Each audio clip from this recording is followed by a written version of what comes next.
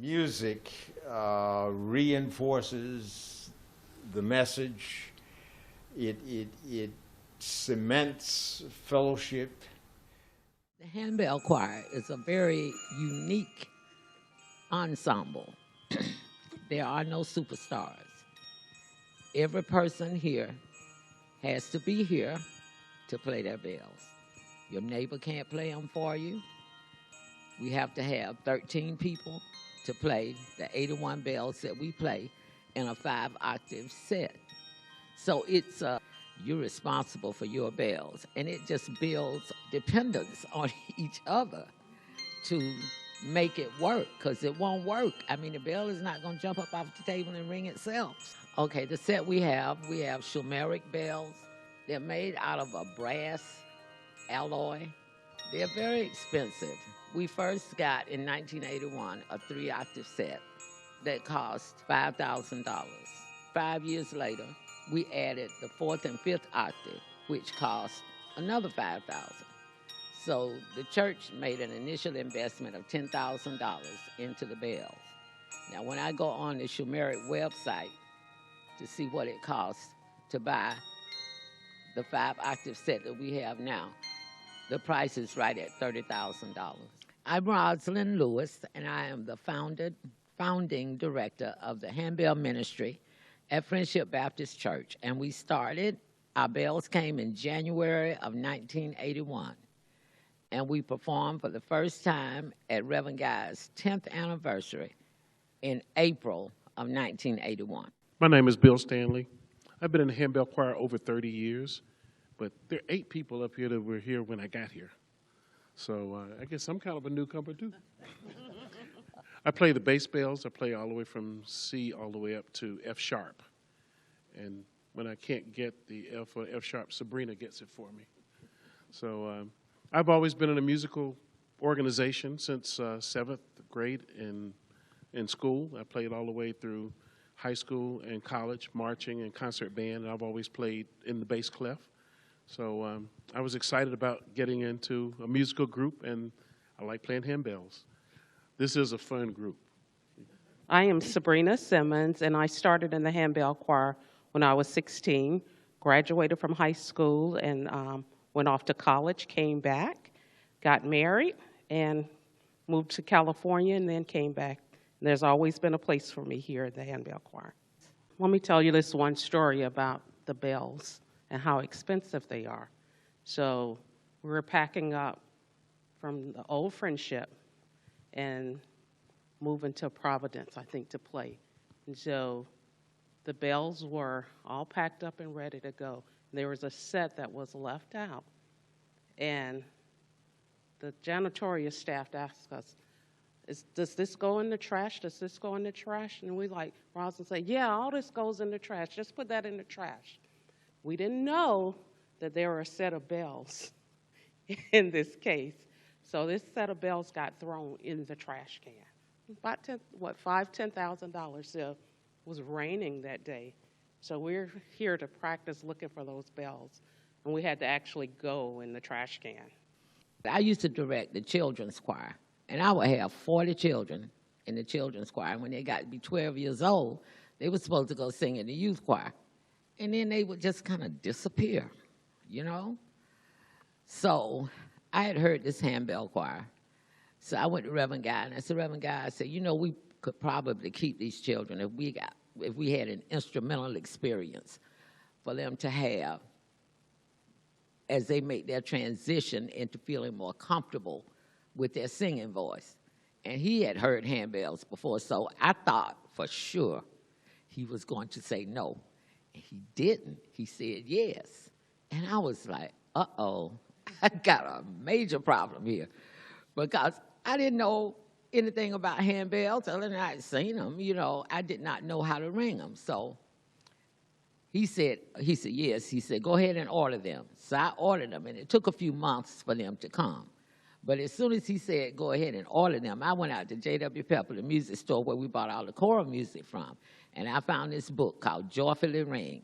It was by Don Alured, and it was a step-by-step manual, pretty much, of how to play the handbells. And I read that book for 3 or 4 months. I practically had it memorized.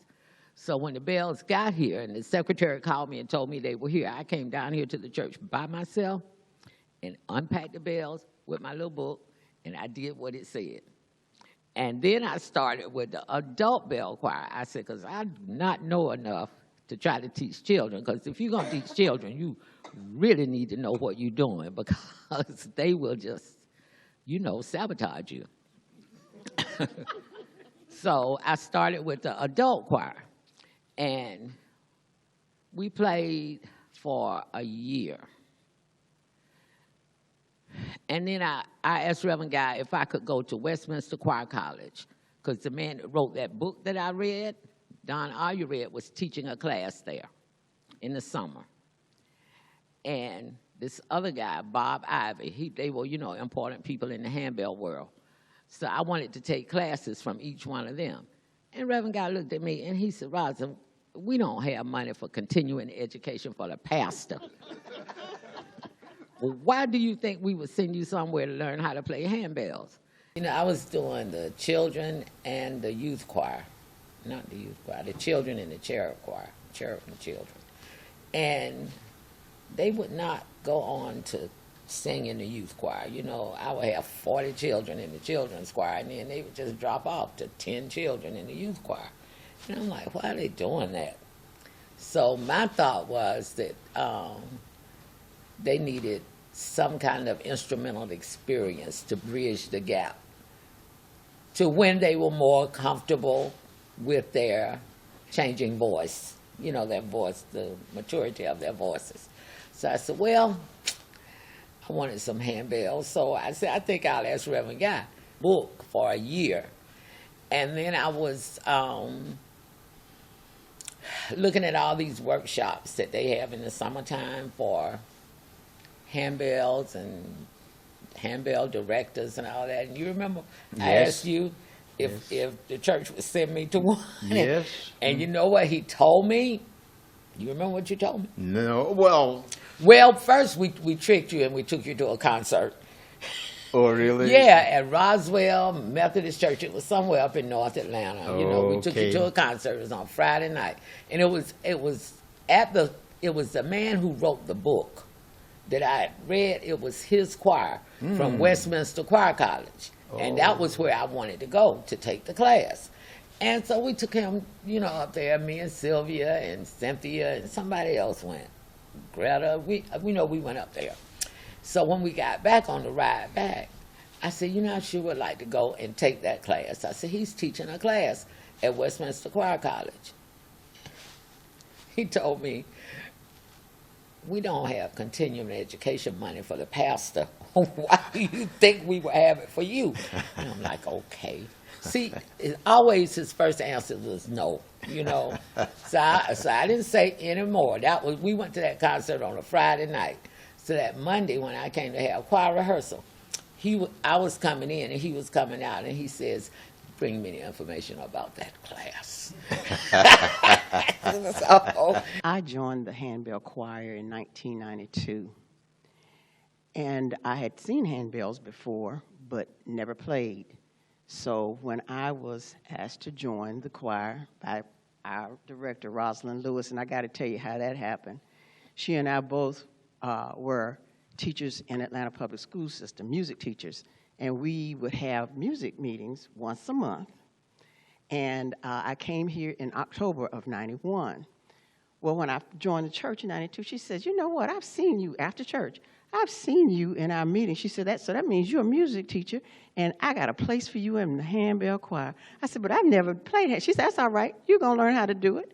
So I came, and it just so happened that the young lady's place that I took, but I didn't know that at the time that she was leaving, but Rosalind had another set of bells for me to play along with Linda. So I watched Linda and saw how she was holding her bell.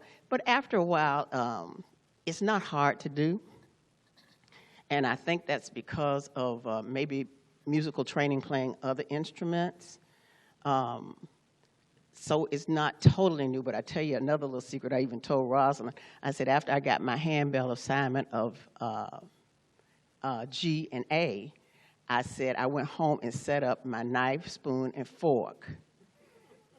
And because of the coordination of picking up the bells, and the thing about it, I didn't have that long to train. It was like I started maybe 2 weeks, and then the following Sunday after that second week, we were playing, and she expected for me to be there.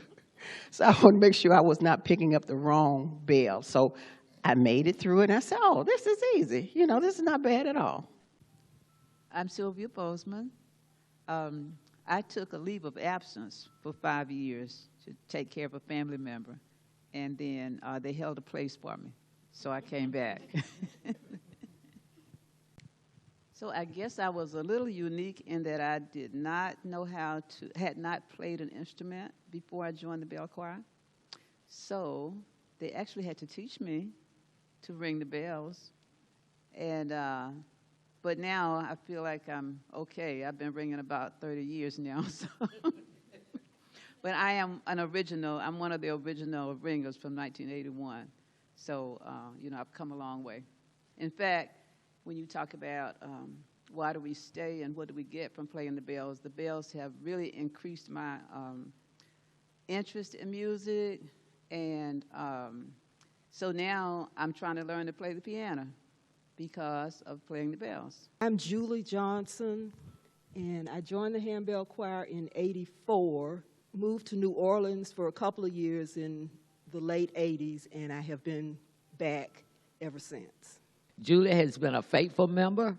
She's done the boomerang thing where she left and she came back. So it's just like that, you know. I taught Trent how to play the piano when he was 8 years old. Pat and I played in the band at Hampton. Taught Sabrina in the 8th grade. Janice was in the first choir. You remember Janice was in the first youth choir I had at Friendship. So it's just been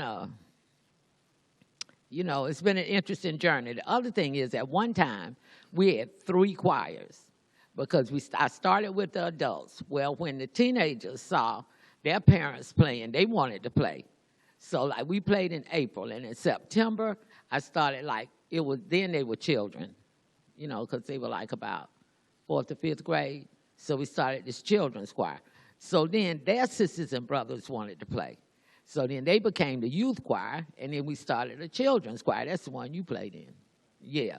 So at one point, we had, 3 choirs, and we would have 3 members of a family playing in a handbell choir. So it's just been a real interesting journey.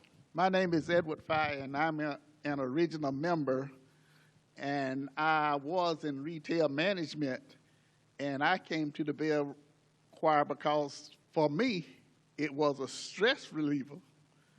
And if it ever became stressful, I would have to leave. My name is Leonia McRae, and I'm also an original member of the Handbell Choir, Adult Handbell Choir. And again, as Edward has said, it is a stress reliever. I'm a member of this church for many years, and we all seem to get along well together. And I do appreciate everyone's kindness as well as their friendship. I'm Joy Baycoat Jackson. I believe I'm the newest return. I started after college, which would have been in 1988. Once I got married in '92 and started having children, that's when I took a break and just recently returned 2 years ago. And quite honestly, I have not heard a better bell choir. So just the quality of musicianship is in this choir. And then when you just have such a dedicated leader like Rosalind, who's there, who has been there for years, who's passionate about music, you want to come through. And you really want to be a part of a group that is producing good music and good ministry.